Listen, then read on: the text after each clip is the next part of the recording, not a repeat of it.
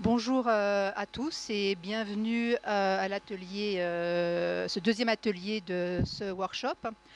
Alors avec le premier atelier, on a vu que plus qu'une contrainte, hein, le développement durable était un véritable levier, voire un catalyseur pour l'innovation et la recherche. Nous allons maintenant voir en quoi les enjeux du développement durable représentent une opportunité unique, non seulement de développer des produits et des services nouveaux, mais aussi de remettre à plat les business models ou modèles économiques, voire d'en créer de nouveaux. Alors avec Sabrina Noufrani, professeure des universités en sciences de gestion à l'IAE de Nice et directeur adjoint du groupe de recherche en management, nous verrons quels sont les modèles économiques du développement durable et en quoi ils sont source de création de valeur. Sabrina nous parlera ensuite d'innovation durable autour de 5 business models. Et nous verrons avec Luc Tourner, président du groupe Tourner à Grasse, comment il a amené son entreprise vers l'économie de la fonctionnalité avec des petits pas, comme il le mentionnera certainement. Et notamment, quelle transformation il a su mener avec ses équipes pour développer encore plus sa société. Alors avant de laisser la parole à nos deux invités, je voudrais compléter la définition de l'ONU qu'a présentée Stéphanie en introduction et rappeler qu'il n'est pas nécessaire de choisir entre protection de l'environnement et développement économique, bien au contraire, et qu'il faut en outre y associer une troisième dimension, qui est la dimension humaine, ce que les anglo-saxons appellent la triple bottom line pour People, Planet, Profit, et qui constitue les trois piliers du développement durable.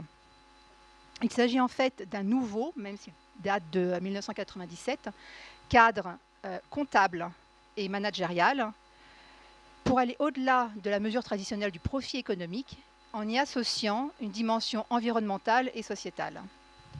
Donc il s'agit véritablement de viser à une performance triple, une performance économique grâce aux capacités de production et notamment à l'innovation et à la recherche. Une performance environnementale en prenant en compte le changement climatique, en gérant les ressources environnementales et en essayant de les préserver. Et enfin sociale, grâce à l'insertion, à la prise en compte des individus, de leur santé. Et c'est uniquement quand on visera à ces triple performance économique, environnementale et sociale qu'on pourra véritablement prétendre à un développement durable qui sera à la fois viable, vivable et équitable.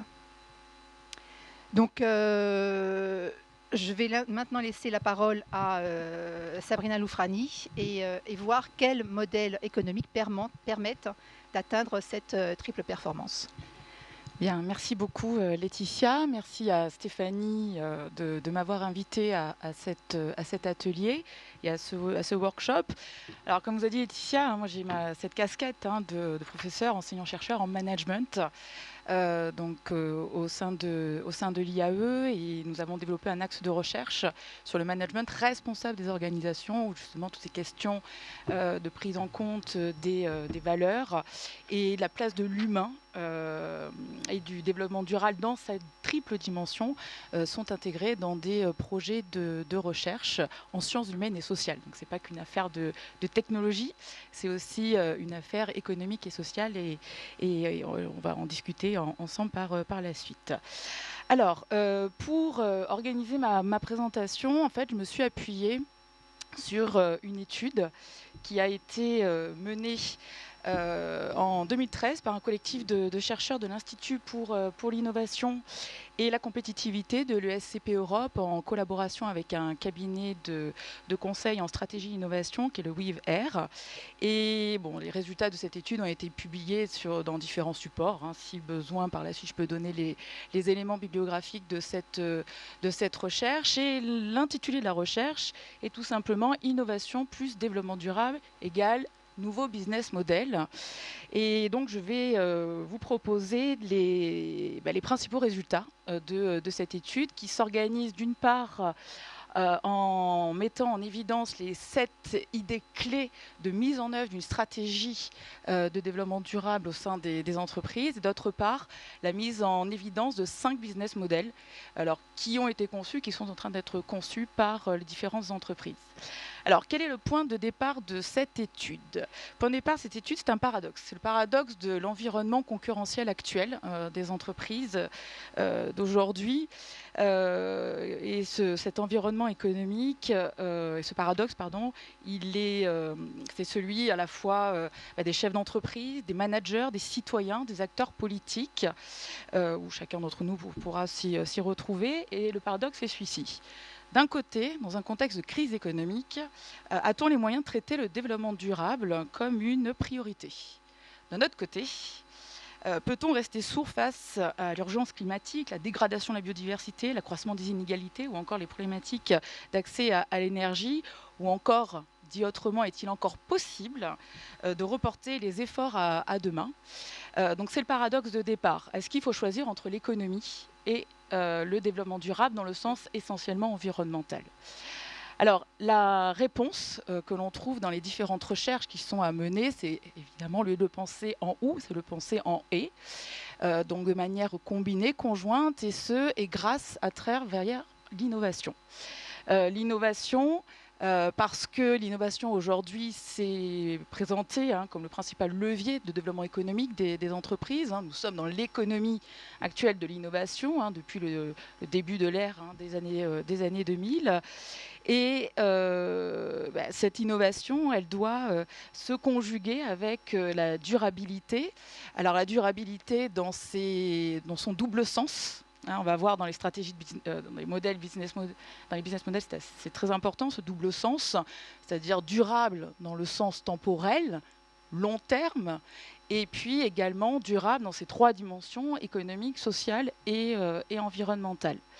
Alors, dans cette étude, je vous ai mis ici la définition qui est donnée de l'innovation durable, donc qui regroupe l'ensemble des initiatives innovantes d'une organisation cherchant à combiner les enjeux environnementaux et sociaux avec ceux de son activité économique. Donc, c'est cette recherche d'équilibre entre les 3 dimensions que Laetitia vous présentait précédemment.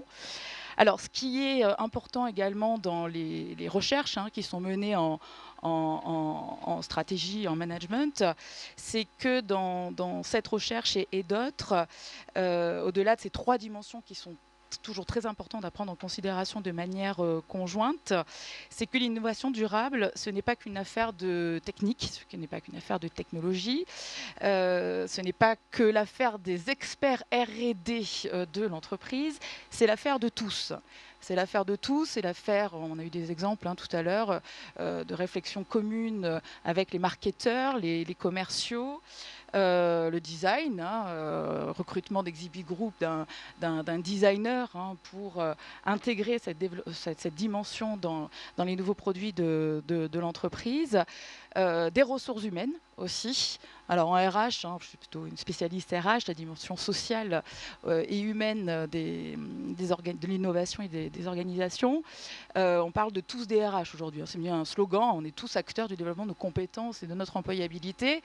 Bien, ce qui est en train de se décider, c'est un petit peu tous développement durable ou tous RSE, quel que soit le niveau hiérarchique et quel que soit, alors c'est en construction évidemment, quel que soit le niveau hiérarchique, quelle que soit la fonction de l'entreprise. Voilà, donc ça c'était un élément aussi important de l'étude. Alors le deuxième concept clé, évidemment dans l'étude, c'est business model. Alors il y a différentes définitions de ce qu'est un business model. Je ne vais absolument pas faire un cours là-dessus parce que sinon il y en faudrait pour 20 heures sur les business models. Donc je vais me concentrer que sur cette définition. Donc, qui est retenu dans cette étude.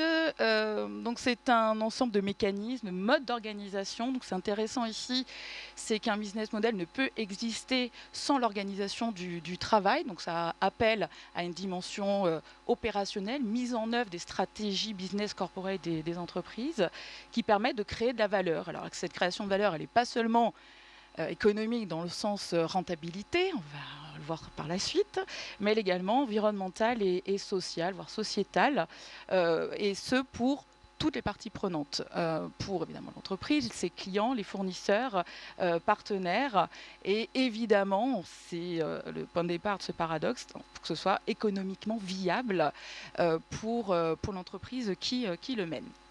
Alors, au niveau méthodologique de l'étude, alors elle s'appuie sur des interviews de dirigeants de 34 entreprises en Europe, qui sont de taille et d'âge variés, ça va de la multinationale à la start-up, dans différentes fonctions.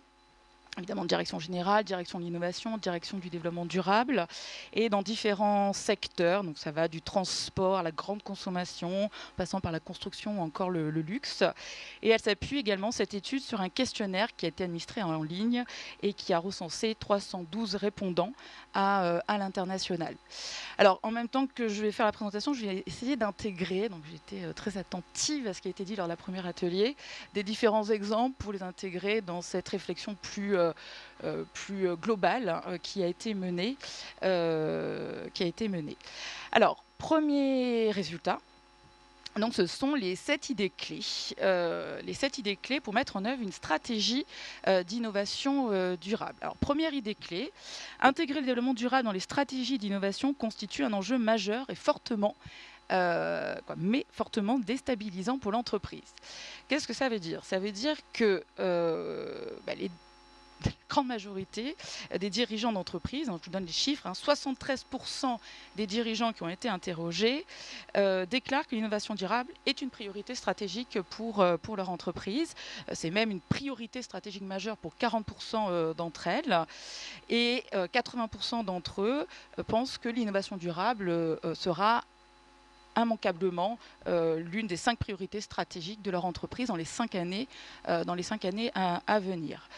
Toutefois, c'est le mais, ils le reconnaissent, mais la mise en œuvre est particulièrement difficile à faire. Pourquoi? Parce que alors déjà l'innovation, c'est un objet complexe. Alors l'innovation plus durable, c'est un objet d'autant plus complexe.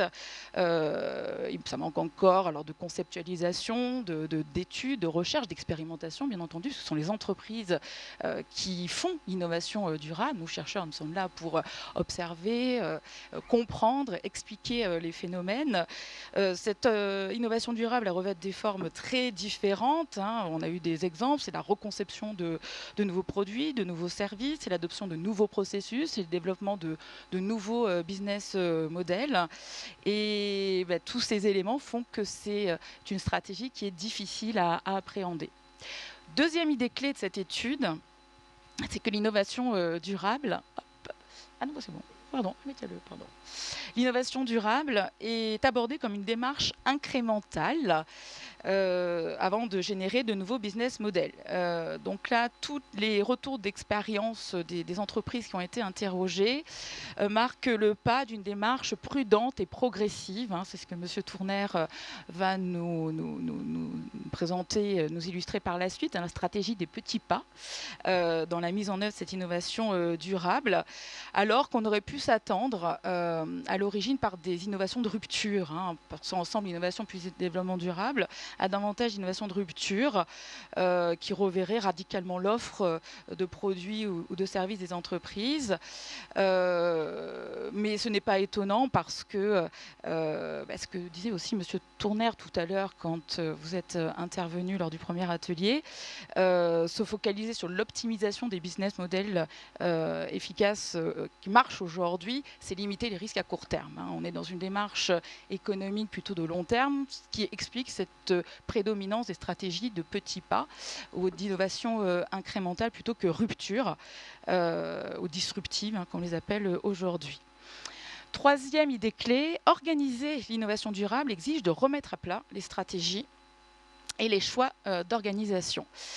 Là, on touche tout ce qui est mise en œuvre opérationnelle, organisationnelle d'une stratégie d'innovation durable. Une fois qu'il a été décidé d'innover durablement, que ce soit au niveau des produits, des services, des process, comment faire, hein. Vous savez toujours qu'entre les décisions stratégiques et la mise en œuvre opérationnelle, organisationnelle, humaine de cette stratégie d'innovation durable, c'est toute cette boîte noire qu'il s'agit d'explorer et de construire, puisque ce sont des démarches qui sont en train de se construire.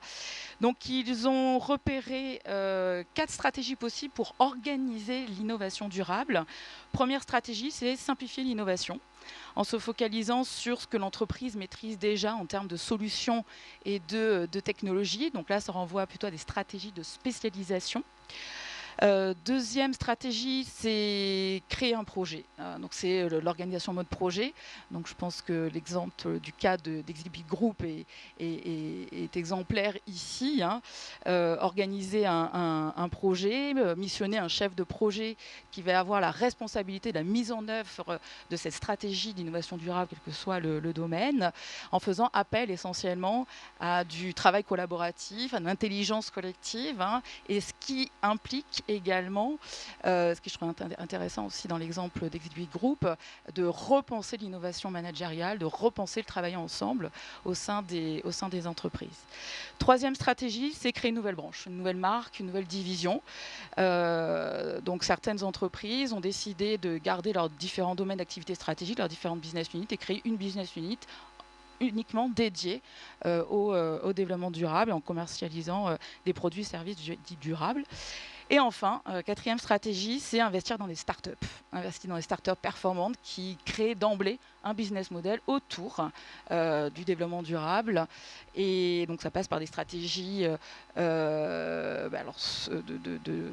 capital risque ou voire d'accompagnement et après de rachat de ces startups.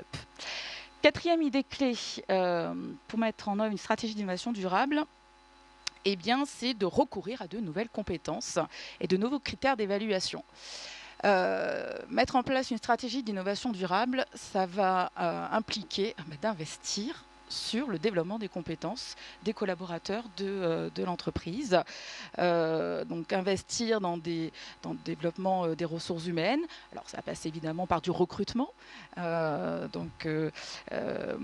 recrutement de chefs de projet, de personnes en ressources humaines déjà sensibilisées à ces thématiques. Alors c'est également un facteur d'attractivité de talent. Je n'ai pas pu poser la question tout à l'heure, mais Vincent, c'est ça Jérôme et Vincent, Guillaume, quand vous avez décidé d'intégrer Exhibit Group, sûrement que cette dimension portée par l'entreprise au développement durable, à cette innovation durable et managériale a peut-être fait partie des critères d'attractivité au sein de cette entreprise. Voilà, donc ça permet de repenser les politiques RH, de recrutement, de formation des collaborateurs. Et puis également, il ne s'agit pas en innovation durable de penser que compétences internes, c'est aussi compétences externes. À travers des stratégies de collaboration externe, donc avec un autre modèle d'innovation qui a fait également couler beaucoup d'encre, c'est celui de l'Open Innovation. Là, c'est Christian Simon, tout à l'heure, vous en avez parlé, développement des Fab Labs pour créer des plateformes communes, collaboratives autour d'enjeux et d'intérêts communs. Voilà. Et puis, à côté du développement de ces nouvelles compétences, c'est aussi développer de nouveaux critères d'évaluation. Les entreprises travaillent essentiellement en mode projet pour développer ces stratégies d'innovation durable. Travailler en mode projet, ça va se traduire par des indicateurs très classiques, qualité, coût, délai, que nous connaissons bien en gestion de projet classique. Et l'appel de certains chercheurs en management et en stratégie et reconsidération des business models dans ce domaine, c'est d'intégrer de nouveaux critères et pas seulement économiques, pas seulement en termes de seuil de rentabilité, également des critères évidemment environnementaux et sociaux qui laisserait une place plus importante au temps relativement long de ces projets d'innovation durable. C'est-à-dire qu'on ne peut pas être dans des logiques de retour sur investissement à court terme, comme on l'attend aujourd'hui dans les cycles de vie de gestion de projet classiques, puisque les délais sont extrêmement courts. On est sur du 6 à 18 mois en moyenne. Donc là, les délais pour des projets d'innovation durable sont à plus longue échéance. Et donc Catherine Ronge, présidente du cabinet Stratégie Innovation Durable, nous dit les calculs de rentabilité financière sont par essence réducteurs. Ils oublient une part importante de la création de valeur, les bénéfices sociaux et environnementaux générés par l'innovation. Donc ça veut dire qu'au sein des entreprises, il faut revoir les critères d'appréciation, d'évaluation des projets qui sont menés par rapport aux projets classiques. Alors comment soit créer deux listes de critères. Donc ça, c'est encore à expérimenter. Oui. Juste si je peux me permettre sur les nouveaux critères d'évaluation, effectivement on parle d'intelligence collective, on parle d'innovation ouverte. Comment on évalue effectivement c'est le résultat de ces réunions d'intelligence collective notamment. Donc ce sont des vraies problématiques qui obligent à repenser complètement la façon dont on évalue la performance individuelle quand elle est justement collective, quoi, hein. Ça, c'est aussi une grande discussion sur la nécessité du travail collaboratif aujourd'hui, comment on apprécie la part individuelle dans le collectif. On le voit en entreprise, mais je le vois même sur des projets étudiants, où l'implication de chacun est différente selon les projets à mener. Tout à fait. Donc ça demande à investir sur une politique RH en termes de développement de compétences et puis également à redéfinir les critères d'évaluation de projets et individuels. Donc la cinquième idée clé, pour favoriser l'innovation durable au sein de l'entreprise, 2 acteurs jouent un rôle clé mais ambigu. Ce sont les consommateurs finaux, donc les clients et l'État.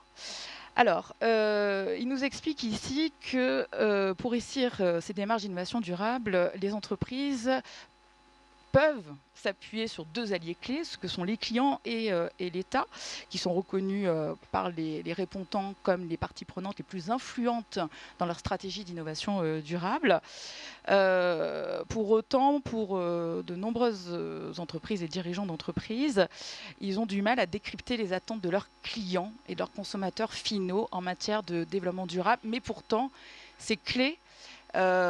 Pourquoi ? Parce que il va s'agir de penser aujourd'hui stratégie business pour demain. Demain, c'est qui ? Demain, c'est la génération. Alors, vous savez, il y a cette grande classification génération Y, Z, X. Les consommateurs aussi demain, ce sont la génération Z, Y aujourd'hui déjà. Et en matière de clients, ce sont eux qui seront les plus sensibilisés au développement durable. Maintenant, c'est dans les programmes d'éducation nationale, dès l'école. Allez, mon fils, non, c'est l'école maternelle, dernière année maternelle, on les sensibilise à l'école au développement durable. Donc demain, ils vont vouloir consommer aussi durable. Donc c'est anticiper pour les entreprises ces besoins et ces attentes humaines futures.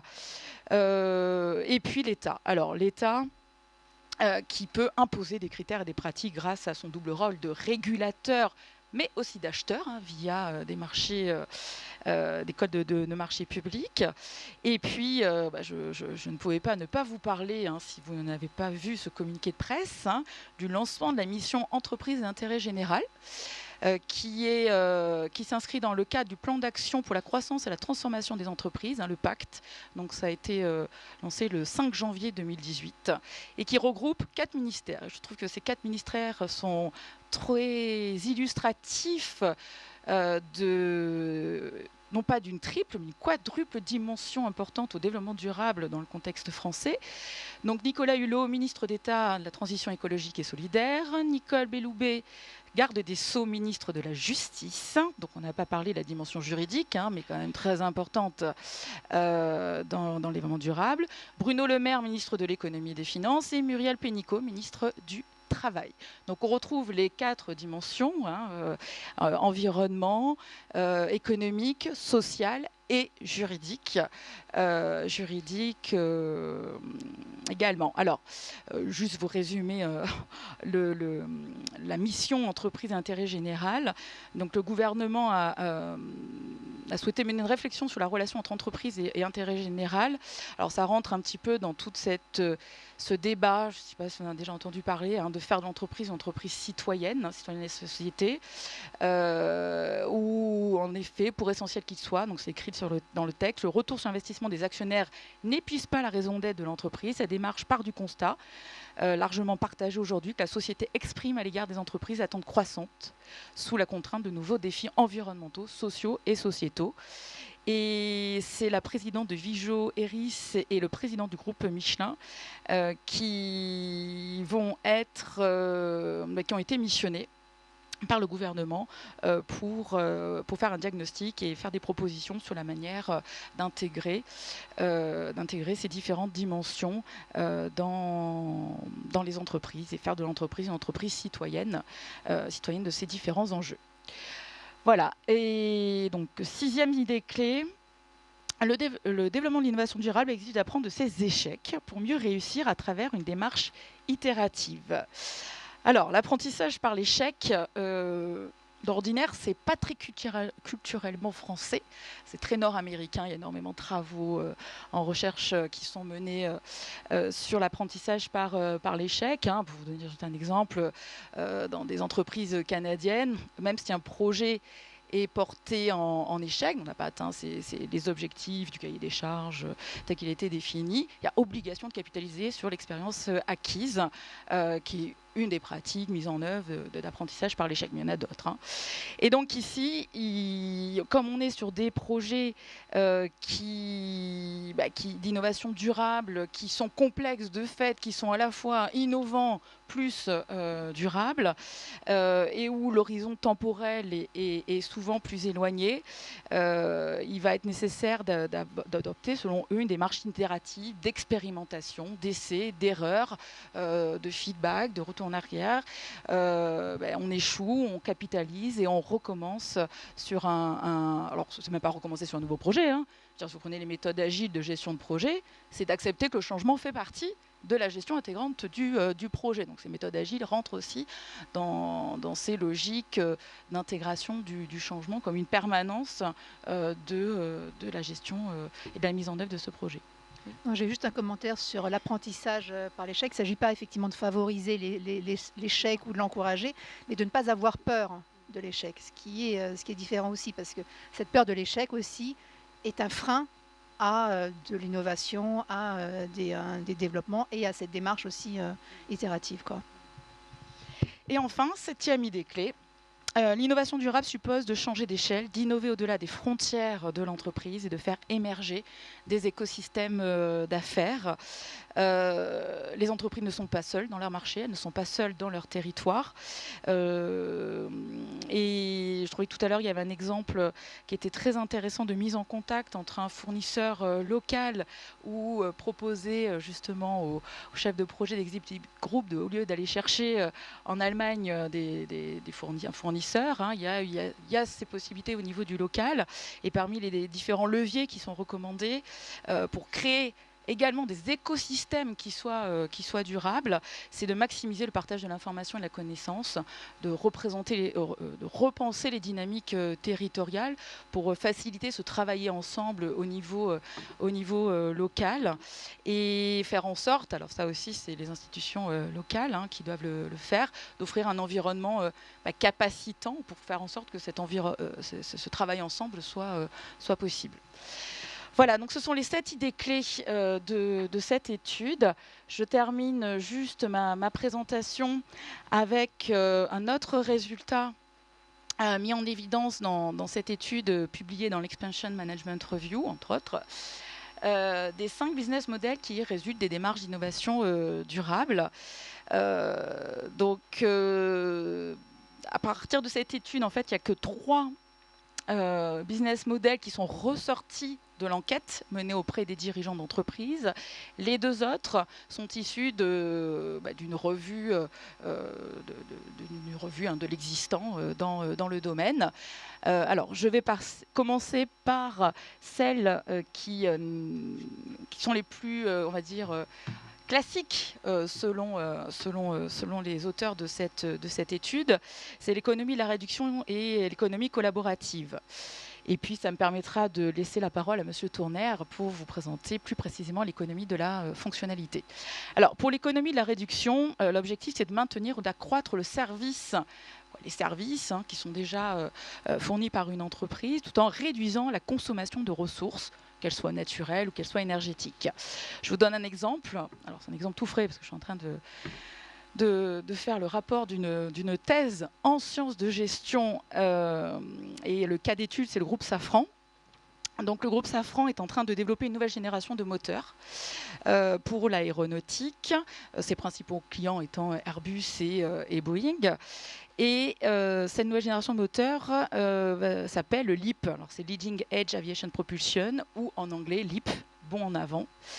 Ce nouveau moteur sera composé de matériaux composites en fibre de carbone et résine, et qui vont permettre de réduire le poids total du moteur et d'améliorer la sécurité. Et évidemment, pour les concepteurs d'avions, c'est très stratégique, puisque ça va permettre une économie de carburant de l'ordre de 15%,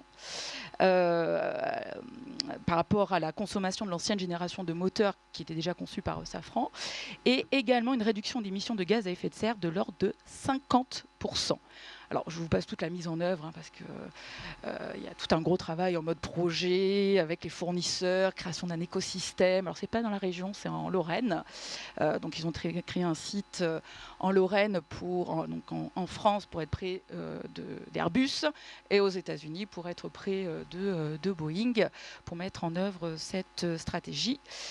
Le deuxième business model, alors celui qui est peut-être le plus reconnu, c'est l'économie collaborative, ou ce qu'on appelle aussi le business du partage, qui vise à coproduire, louer et consommer des biens et co-consommer des biens et services, qui touchent de très nombreux secteurs d'activité. Les entreprises les plus connues, vous les connaissez, donc dans l'hôtellerie Airbnb, dans le transport Uber, Blablacar, on parle même d'ubérisation de l'économie.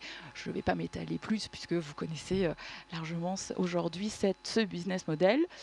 Le troisième business model, c'est l'économie sociale et solidaire, ou les approches bottom of the pyramid, qui cherchent à faire accéder à l'emploi et au marché des populations qui en sont souvent exclues. Donc, un exemple, c'est Cemex, entreprise de matériaux de construction, qui aide depuis 1998 des familles à faible revenu à améliorer leur logement dans le cadre de son programme, nous appelons ça Patrimonio Roy, et ces familles ont accès à des microcrédits pour financer les matériaux de construction et bénéficier d'un soutien technique. Et enfin, les 2 derniers business models. Donc, on est essentiellement dans une dimension environnementale, mais une est axée consommation durable et l'autre production durable. C'est l'économie de la fonctionnalité et l'économie circulaire. Alors, l'économie circulaire, je ne vais pas m'étaler, puisque quasi-totalité des exemples qui ont été donnés dans le premier atelier relèvent justement de cette économie circulaire. Donc, Nathalie Carly-Mulus vous parlait du déchet à l'actif cosmétique, Exhibit Group du déchet des bâches au bac de plantes, au sac de plantes à développer. On est vraiment dans cette logique de recyclage, de remanufacturing. C'est vraiment la reproduction. C'est pour ça que c'est classé dans environnement mais production, alors que l'économie de la fonctionnalité, on est dans le basculement d'une propriété de biens ou d'une logique de produit à une logique de service. Pour qui? Pour le client, pour le consommateur. Et là, donc, Monsieur Tourner vous illustrera cette stratégie business model. Voilà, je vais m'arrêter ici, j'ai beaucoup parlé. Juste pour conclure, ce qui ressort des études en économie, stratégie, management, c'est que l'innovation durable, c'est une démarche en construction. C'est une démarche en construction. Ce sont les entreprises et toutes leurs parties prenantes qui sont acteurs de cette transformation, parce qu'il faut dire transformation aujourd'hui, cette transformation et qui sera une réponse à la recherche d'un équilibre qui reste à inventer entre l'économique, l'environnemental et le social. Voilà, je vous remercie de votre attention. Merci Sabrina pour cette perspective à la fois académique et ancrée dans le réel avec les résultats de cette étude. Et je suis sûre que les 7 idées clés évoquées seront source d'information. J'ai vu pas mal de personnes prendre en photo le transparent, donc je pense que ça pourrait inspirer. Est-ce qu'il y a des questions pour Sabrina avant qu'on passe au cas concret du groupe Tournaire?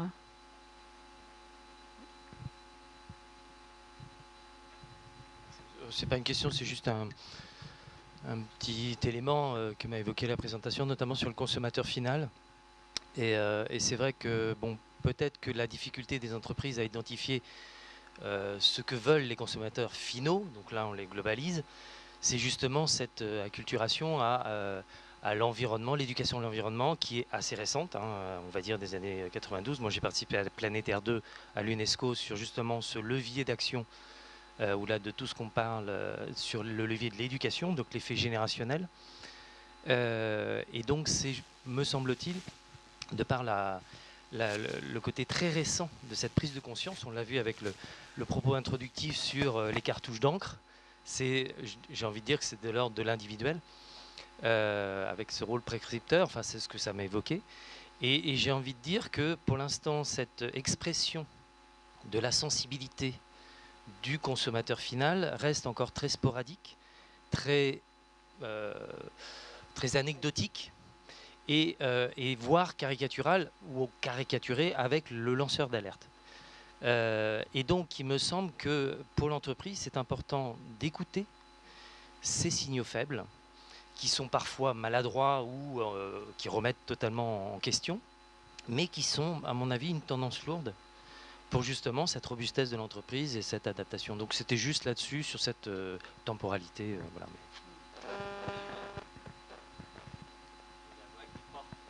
Je regrette dans cette étude que je connais bien, puisque je connais sa présentation, qu'il n'y ait pas d'exemple plus concret. Et ça, on revient à ce que disait le monsieur, et je reviendrai dessus derrière. Il y a très peu d'exemples. C'est une étude quand même assez théorique et qui fait passer l'espoir et l'illusion comme une réalité possible parfois.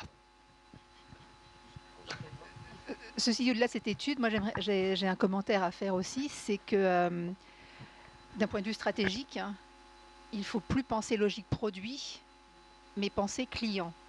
Et là, on est typiquement dans cette transformation où les entreprises ne doivent plus penser dans une logique produit, qu'est-ce qu'on produit, comment on le produit, mais que veut le client. Et à partir de là, effectivement, soit adapter, ajuster, voire changer complètement l'offre de produits et de services. Et c'est uniquement quand on sera passé dans cette logique de client par rapport à cette logique de produit qu'on pourra véritablement développer l'entreprise et être beaucoup plus concurrentiel. Ce n'est pas uniquement une vision de l'esprit, c'est une réalité opérationnelle et aussi très concrète en termes de différenciation et de part de marché, quoi. Pour suivre les appels des clients, encore faudrait-il qu'il y ait un suivi d'éducation quand même assez costaud pour que le client soit bien imprégné des contraintes techniques, écologiques dans lesquelles il se trouve, et avoir envie d'abandonner le passé de l'esprit de consommation qui l'a animé jusqu'à présent. Donc là, je crois qu'il y a une interaction très, très serrée à faire entre conception de produits et éducation des consommateurs. Et puis c'est un changement de mentalité aussi. Éducation du consommateur, pas sur le côté seulement naïf à l'écologie, mais de maîtrise de son environnement et de l'avenir de la société. Justement, juste pour compléter et faire le lien avec ce que vous venez de dire, quand en introduction j'ai parlé des 3 piliers de la triple bottom line, on parle aussi associé à ce concept les parties prenantes. Et le consommateur, le citoyen fait partie de cet écosystème du développement durable. Ce n'est pas uniquement l'entreprise, ce n'est pas uniquement les ONG, ce n'est pas uniquement les acteurs du développement durable tels qu'on les conçoit très généralement en termes de recyclage, d'éco-conception. Il fait partie de toute la logique, mais il y a aussi d'autres acteurs et d'autres dimensions, les trois qu'on a évoqués en introduction. Alors, je vais faire le lien avec notre grand témoin, monsieur Luc Tourner, du groupe Tourner à Grasse, qui va nous montrer concrètement comment il a transformé des contraintes en opportunités et quelle transformation il a menée au sein de son entreprise pour se différencier et développer son entreprise, et notamment quels ont été les petits pas qu'il a fait vers l'économie de la fonctionnalité. Bonjour à tous, merci. Alors, oui, donc là je suis là pour témoigner. Je vais avoir une présentation qui n'est pas très construite, je pense assez brève. L'intéressant, c'est, si vous avez des questions, je m'efforcerai d'y répondre. Alors, d'abord, qu'est-ce que c'est que le groupe Tourner? C'est une vieille entreprise, vous voyez, 1833, une entreprise qui est toujours familiale, qui est à la limite d'une PME et d'une ETI, puisqu'on est 240, de 300 personnes dans le groupe. On fait un chiffre d'affaires de 70 millions, on exporte les 2/3 de ce que l'on fabrique, et on fabrique. Hein, on traverse nos ateliers environ 5000 tonnes d'aluminium et de plastique qui rentrent en matière première et qui sortent en produits finis. Donc on est vraiment des manufacturiers de produits. On est une vieille entreprise, une PME, donc ça veut dire qu'il n'y a pas beaucoup de renouvellement de l'effectif, les choses sont assez figées, et quand on veut impulser du changement, c'est pas forcément facile. Et puis on est une petite entreprise qui fabrique, et on n'attire pas forcément les jeunes les plus dynamiques qui ont une vision de l'industrie, de la transformation, pas forcément très positive. Ça, c'est les contraintes avec lesquelles on se débat. Alors, si on revient un petit peu à ce que nous fabriquons, concrètement, donc en arrière. Oui, en arrière, voilà. Donc, l'origine, c'est les équipements de traitement des matières premières naturelles. Vous voyez quelques exemples sur les photos. C'est maintenant plus qu'une petite activité. Ensuite, des emballages barrières pour transporter donc des matières premières. Une spécialité dans les bouteilles aluminium et aussi dans les bouteilles plastiques multicouches. Si on regarde donc tout ceci mis à l'échelle de l'histoire de l'entreprise, c'est bien parce que notre stratégie, qui n'a jamais été écrite, c'était la focalisation client. On est né à Grasse, au 19e siècle, avec l'industrie de la parfumerie qui a émergé à Grasse. Ils avaient besoin d'appareils, on leur a fait des appareils. Ils se sont mis à transporter leurs matières premières, ils avaient besoin d'emballage, on leur a fait les bouteilles aluminium. Une fois qu'on avait les bouteilles aluminium, on a quand même essayé d'augmenter et on a trouvé la chimie. Et la chimie nous a dit, le plastique c'est moins cher et ça nous suffit. On a fait les bouteilles plastiques. Aujourd'hui, on est donc une entreprise d'ingénieurs très axée sur le produit. Et la réflexion, c'était comment on prépare le développement futur, puisque on est toujours là depuis bientôt 180 ans, et notre stratégie, c'est la pérennité de l'entreprise, la stratégie de base. Et la pérennité de l'entreprise, on sait qu'on ne l'obtient que par un développement permanent.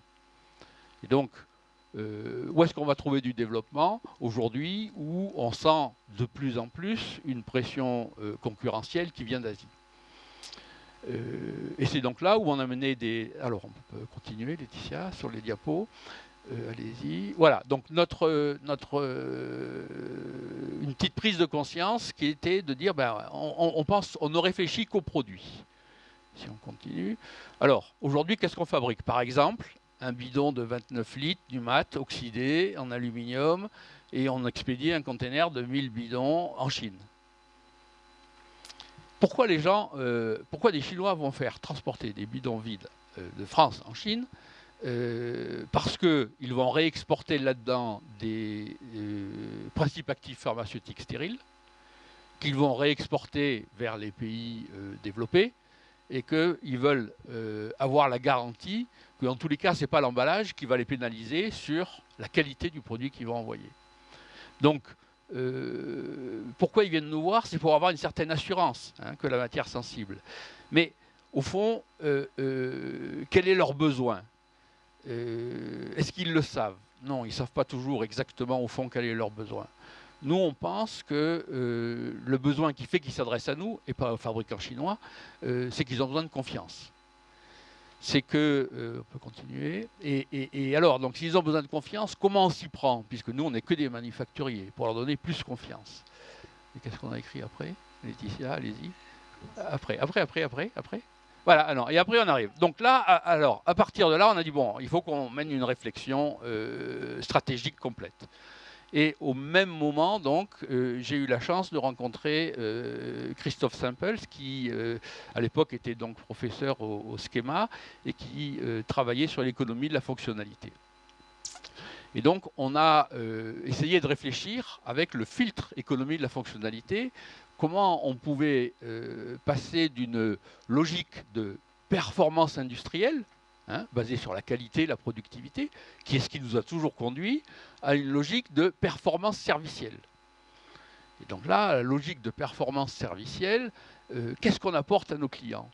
Alors on a travaillé sur la raison d'être. Aujourd'hui, on exprime la raison d'être, on a mis encore en projet. Alors c'est écrit tout en petit, hein, vous n'arrivez pas à lire, c'est pour ça que je vais le relire. C'est quoi? C'est la production, puisqu'on a les équipements, et la mobilité pour nos emballages, de la matière naturelle et sensible. Comment on va... C'est ça le service qu'on veut rendre à nos clients. Comment on va pouvoir donc développer les compétences de l'entreprise pour améliorer ce service? Alors là, on a fait deux petites spirales. En haut, vous avez la spirale où on voit donc l'évolution un petit peu de nos produits. Les clients nous demandent, on parle produit, on fait un produit, on fait un produit. Et en bas, c'est plutôt la réflexion. Donc ça, c'est la réflexion, je dirais, produit, productiviste.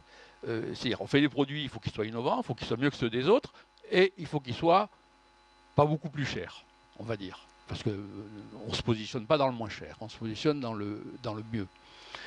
Et en dessous, c'est la pyramide donc, qui peut être servicielle et qui ouvre des réflexions, je dirais, complètement différentes. Quel service on peut apporter donc, dans la production ou dans la mobilité des matières premières naturelles? Donc, il y a plusieurs pistes. On en a retenu à titre d'expérimentation une qui était de travailler sur la compatibilité contenant-contenu.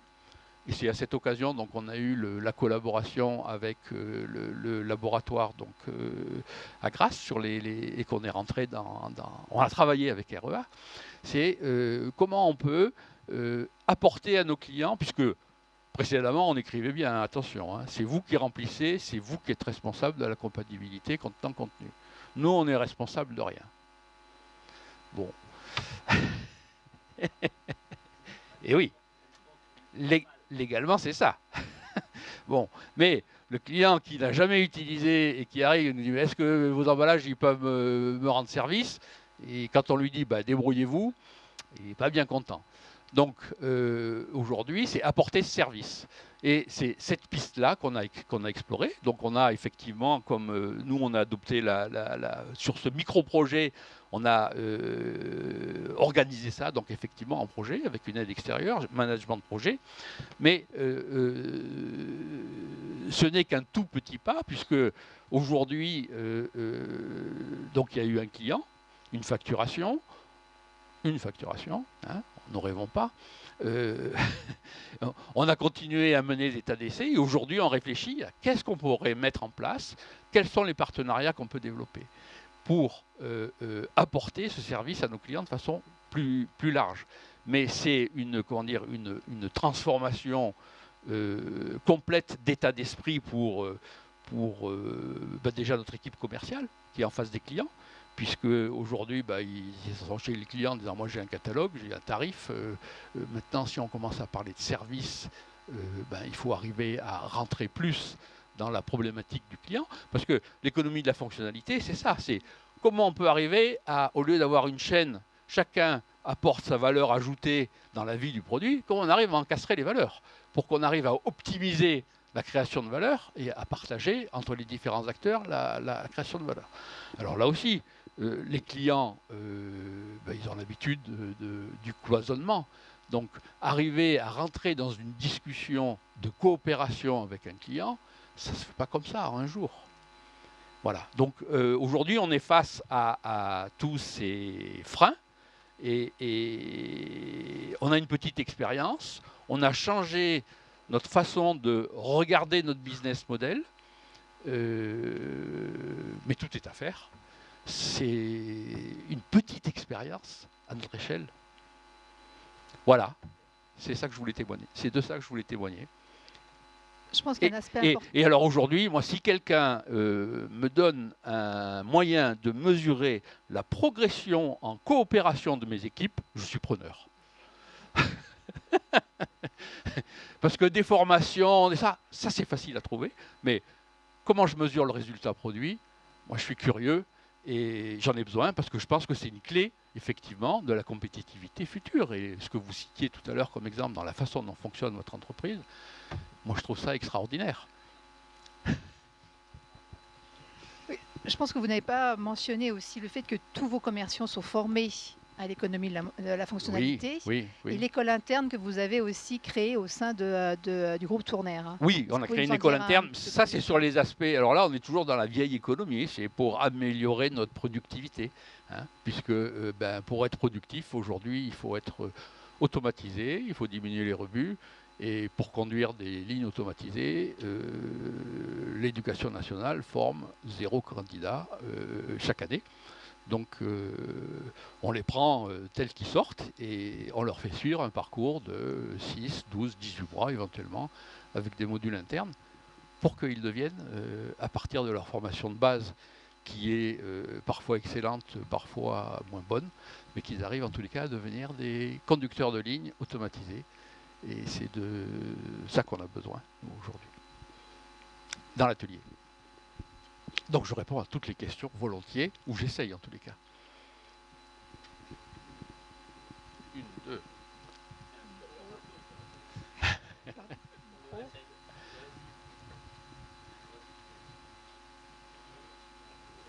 Il est là, il est là.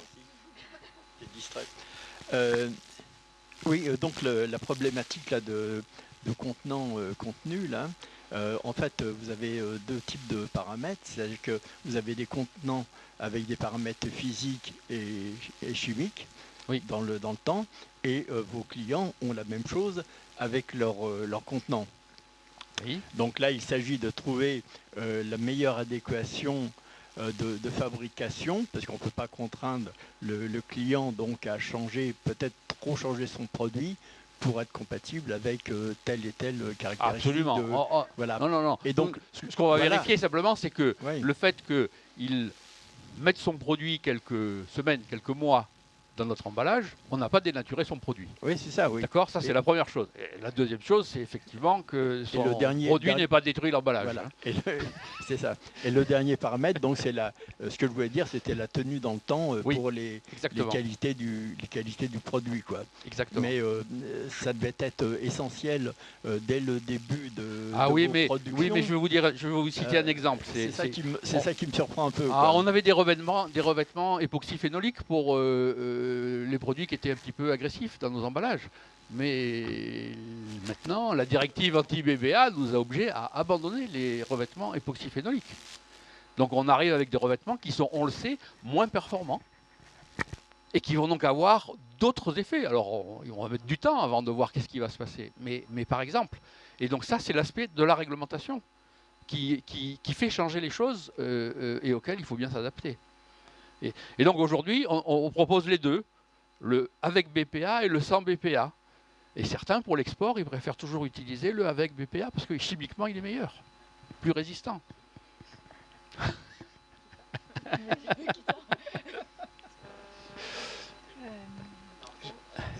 Culture du secret. J'ai travaillé avec l'industrie de l'informatique et la question est la suivante. Est-ce que vous savez, le seul mot que vous n'avez pas